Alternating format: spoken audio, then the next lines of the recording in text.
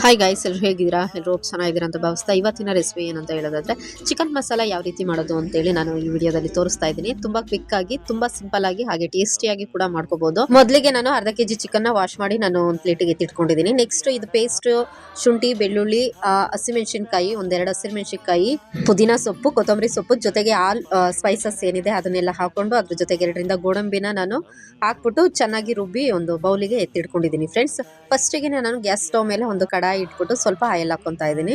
ಒಂದು 4ರಿಂದ 5 spoon oil ಹಾಕಿದ್ರೆ ಸಾಕು.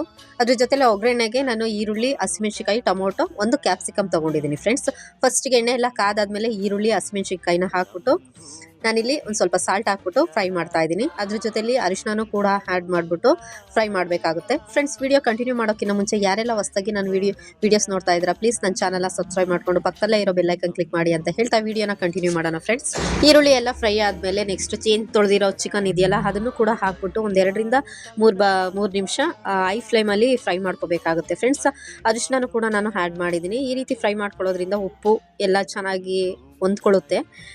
ಕೆಲವರು ಶುಂಠಿ ಬೆಳ್ಳುಳ್ಳಿ ಪೇಸ್ಟು ಎಲ್ಲ ಗೊಜ್ಜು ಥರ ಮಾಡಿಬಿಟ್ಟು ಲಾಸ್ಟಿಗೆ ಚಿಕನ್ ಹಾಕ್ಬಿಡ್ತಾರೆ. ಅದು ಅಷ್ಟು ಚೆನ್ನಾಗಿ ಅನಿಸಲ್ಲ. ನಾನು ಕೂಡ ಆ ರೀತಿ ಮಾಡಿದ್ದೀನಿ.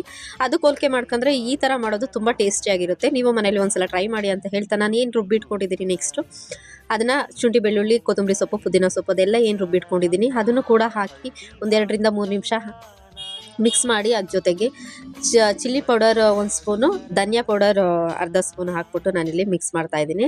ಧನಿಯಾ ಪೌಡರ್, ಚಿಲ್ಲಿ ಪೌಡರ್ ಎಲ್ಲ ಹಾಕಿದಾದ್ಮೇಲೆ ಚೆನ್ನಾಗಿ ಮಿಕ್ಸ್ ಮಾಡ್ಕೋಬೇಕಾಗುತ್ತೆ. ಫ್ರೆಂಡ್ಸ್, ಇದು ಏನು ರುಬ್ಬಿಟ್ಟಿರೋದು ಶುಂಠಿ ಬೆಳ್ಳುಳ್ಳಿ ಪೇಸ್ಟ್ ಇದು ಸ್ವಲ್ಪ ನೀರಿತ್ತು, ಅದನ್ನು ಕೂಡ ಇದಕ್ಕೆ ಆ್ಯಡ್ ಮಾಡಿಬಿಟ್ಟು ಅದ್ರ ಜೊತೆಲಿ ಟೊಮೊಟೊ ಆಮೇಲೆ ಕ್ಯಾಪ್ಸಿಕಮ್ ಕೂಡ ಹಾಕಿ ನಾನಿಲ್ಲಿ ಲಿಡಲ್ಲಿ ಕ್ಲೋಸ್ ಮಾಡ್ತಾ ಇದ್ದೀನಿ. ಟೊಮೊಟೊ ಎಲ್ಲ ಮಿಕ್ಸ್ ಮಾಡ್ದಲೆ ಹಾಗೆ ಪ್ಲೇಟ್ ಮುಚ್ಚೋದ್ರಿಂದ ಅದೆಲ್ಲ ತುಂಬ ಸಾಫ್ಟಾಗಿ ಆಗುತ್ತೆ. ಆಮೇಲೆ ಇನ್ನೊಮ್ಮೆ ಅದನ್ನು ಒಂದ್ಸಲ ಎಲ್ಲ ಮಿಕ್ಸ್ ಮಾಡಿಬಿಟ್ಟು ಉಪ್ಪು ಖಾರ ಎಲ್ಲ ಸರಿ ಇದೆಯಾ ಅಂತೇಳಿ ನೋಡ್ಕೊಂಡ್ಬಿಟ್ಟು ಚೆನ್ನಾಗಿ ಒಂದು 1/4 ಗಂಟೆ ಚೆನ್ನಾಗಿ ಫ್ರೈ ಮಾಡ್ಲಿಕ್ಕೆ ಬಿಟ್ಟರೆ ಆಯಿತು. ಅದ್ರ ಜೊತೆಲಿ ಚಿಕನ್ ಮಸಾಲ ಜೊತೆಲಿ ಮುದ್ದೆ ಫ್ರೆಂಡ್ಸ್, ನಾನಿಲ್ಲಿ ಚಿಕನ್ ಮಸಾಲ ಕಾಂಬಿನೇಷನ್ ಆಗಿ ಅದ್ರ ಜೊತೆಲಿ ಚಪಾತಿ ಏನು ಮಾಡ್ಕೊಂಡಿಲ್ಲ. ನಾನಿಲ್ಲಿ ಮುದ್ದೆ ಮಾಡ್ಕೊತಾ ಇದ್ದೀನಿ. ಮುದ್ದೆ ನನಗೆ ಚಿಕನ್ ಮಸಾಲ, ಚಿಕನ್ ಫ್ರೈ ಜೊತೆಲಿ ಚಪಾತಿಗಿನ್ನ ಮುದ್ದೆ ಇತ್ತು ಅಂದರೆ ತುಂಬ ಚೆನ್ನಾಗಿ ಅನಿಸುತ್ತೆ. ಅಂದರೆ ತೃಪ್ತಿಯಾಗಿ ಊಟ ಮಾಡ್ತೀವಿ, ಅಷ್ಟು ಟೇಸ್ಟಿ ಕಾಂಬಿನೇಷನ್ನು ತುಂಬ ಚೆನ್ನಾಗಿರುತ್ತೆ. ಹಾಗಾಗಿ ನಾನಿಲ್ಲಿ ಮುದ್ದೆ ಮಾಡ್ಕೊತಾ ಇದ್ದೀನಿ. ಲಾಸ್ಟ್ ವೀಡಿಯೋದಲ್ಲೂ ನಾನು ನಿಮಗೆ ಮುದ್ದೆ ಮಾಡೋದನ್ನು ವಿಡಿಯೋನ ಅಪ್ಲೋಡ್ ಮಾಡಿದ್ದೀನಿ. ಮುದ್ದೆ ಮಾಡೋ ವಿಡಿಯೋನ ಅಪ್ಲೋಡ್ ಮಾಡಿದ್ದೀನಿ. ಈ ಸಲನೂ ಹಾಗೆ ಫ್ರೈ ಮಾಡಿದ್ನಲ್ಲ ಅದ್ರ ಜೊತೆಲಿ ಮುದ್ದೆ ಮಾಡಬೇಕಿತ್ತಲ್ಲ, ಹಾಗಾಗಿ ಅದ್ರ ಜೊತೆಲಿ ಮುದ್ದೆ ಮಾಡೋದನ್ನು ಕೂಡ ನಾನು ಆ್ಯಡ್ ಮಾಡಿದ್ದೀನಿ. ತುಂಬ ಸಿಂಪಲ್ಲು ಫ್ರೆಂಡ್ಸ್. ಈಗ ಒಂದು 2ರಿಂದ 3 ಲೀಟ್ರ್ ಕುಕ್ಕರ್ ಇರುತ್ತಲ್ಲ, ಆ ಕುಕ್ಕರಲ್ಲಿ ಒಂದು 2-3 ಜನಕ್ಕೆ ಆರಾಮ್ಸೆ ಮುದ್ದೆ ಮಾಡ್ಕೋಬೋದು. ತುಂಬಾ ಈಸಿ.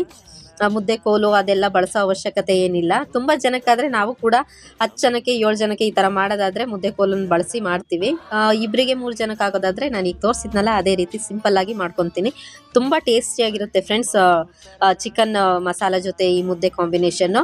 ಫ್ರೆಂಡ್ಸ್, ಒಂದೇ ಥರ ಚಿಕನ್ ಮಸಾಲ, ಚಿಕನ್ ಗ್ರೇವಿ ಎಲ್ಲ ತಿನ್ಬಿಟ್ಟು ಬೇಜಾರಂತ ಅನಿಸಿದ್ರೆ ಸಿಂಪಲ್ಲಾಗಿ ಕ್ವಿಕ್ಕಾಗಿ ಈ ರೀತಿನೂ ಒಂದ್ಸಲ ನೀವು ಚಿಕನ್ ಮಸಾಲಾನ ಮನೇಲಿ ಒಂದ್ಸಲ ಟ್ರೈ ಮಾಡಿ ಅಂತ ಹೇಳ್ತಾ, ಫ್ರೆಂಡ್ಸ್, ಈ ಚಳಿಗೆ ಮುದ್ದೆ ಆಮೇಲೆ ಚಿಕನ್ ಮಸಾಲ ಕಾಂಬಿನೇಷನ್ ಅಂತೂ ತುಂಬಾ ಸೂಪರ್ ಆಗಿತ್ತು. ಅದ್ರ ಜೊತೆಲಿ ಮುದ್ದೆ ಆಗೋ ಅಷ್ಟೊತ್ತಿಗೆ ಚಿಕನ್ ಫ್ರೈ ಕೂಡ ರೆಡಿಯಾಗಿತ್ತು. ನೀವೇ ನೋಡ್ತಾ ಇರ್ಬೋದು ಎಷ್ಟು ಗಟ್ಟಿಯಾಗಿ, ನೋಡ್ಲಿಕ್ಕೇನೆ ತುಂಬ ಚೆನ್ನಾಗಿ ಅನ್ಸುತ್ತೆ. ಅದು ನೋಡಿದ್ರೇ ಗೊತ್ತಾಗುತ್ತೆ ಚೆನ್ನಾಗಿದೆಯಾ ಇಲ್ಲ ಅಂತ ಹೇಳ್ಬಿಟ್ಟು. ಫಸ್ಟ್ ದುವಿತಿಗೆ ಒಂದು ಪ್ಲೇಟಿಗೆ ಚಿಕನ್ ಹಾಕ್ಕೊಟ್ಬಿಟ್ಟು ನೆಕ್ಸ್ಟ್ ನಾನು ಇಲ್ಲಿ ಮುದ್ದೆಗೆ ಚಿಕನ್ ಮಸಾಲಾನ ಹಾಕ್ಕೊತಾ ಇದ್ದೀನಿ. ಫ್ರೆಂಡ್ಸ್, ಟೇಸ್ಟ್ ಮಾತ್ರ ಸೂಪರ್ ಆಗಿತ್ತು. ಫ್ರೆಂಡ್ಸ್, ನೀವು ಕೂಡ ಮನೇಲಿ ಒಂದ್ಸಲ ಟ್ರೈ ಮಾಡಿ. ಫ್ರೆಂಡ್ಸ್, ಇದೇ ಥರ ವೀಡಿಯೋಸ್ಗಳು ಬೇಕು ಅನ್ನೋದಾದರೆ ಪ್ಲೀಸ್ ನನ್ನ ಚಾನಲ್ನ ಸಬ್ಸ್ಕ್ರೈಬ್ ಮಾಡ್ಕೊಳ್ಳಿ. ಬಾಯ್.